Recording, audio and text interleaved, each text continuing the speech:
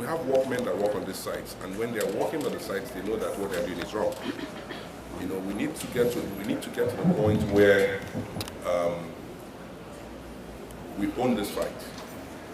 If a workman is working on the site and he knows that what he's doing is wrong, he should be a whistleblower. We should try to entrench what we have in other countries, like similar to see something, say something. You know, they are not operating in isolation. Every project site is put in place to earn people a living, but you need to make legitimate living. In the process of working on the site and your safety is at risk, then it's worked on zero. If you work on the site and the developer tells you to do something wrong, speak up.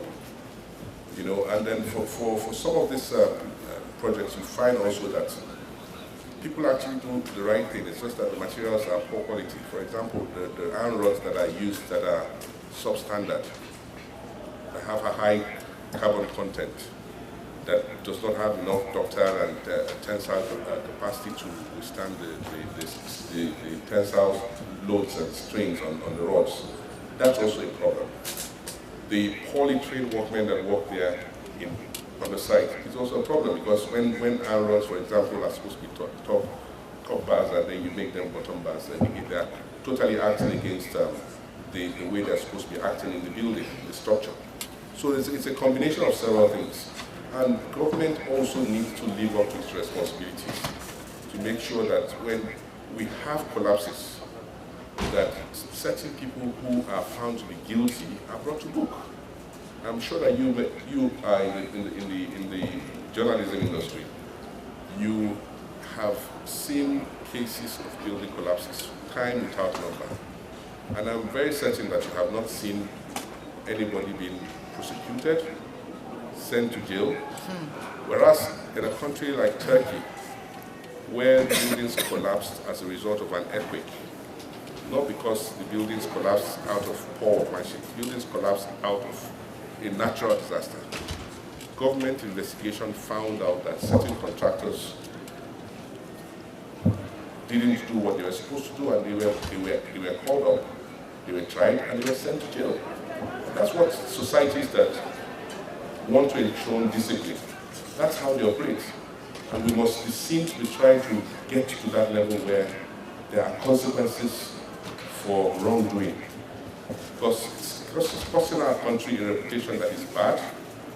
People don't want to invest in real estate in Nigeria because they feel that it's trash. Its quality is so low, and people run away from it. So the rating for our real estate industry takes a hit. You find also that insurance is high. So it has it's a multi-dimensional impact that we need to take on as a fight for all of us. And when you as media people have a big role to play, when you begin to also ask questions. For example, you are doing documentaries, which you do every day. How many times have we put in place whistleblowing schemes where you open up your doors to be able to give information for the sake of carrying out further investigations? The BBC does it very often now. You see a lot of special programs on the BBC where they're actually carrying out clandestine investigation to unearth wrongdoing in the society. So it's a fight that we need to own wholly. You know, there's an extent to which we can fight this battle alone. It's a fight that everybody must sign up for. And then, like we said, government owns the power to set this industry straight. And we would expect that you use the instrument of your office, the instrument of your profession, to put government on its toes, to make them alive to their responsibility, that without them being firm and doing the right thing, this thing is not going to be solved. Thank you.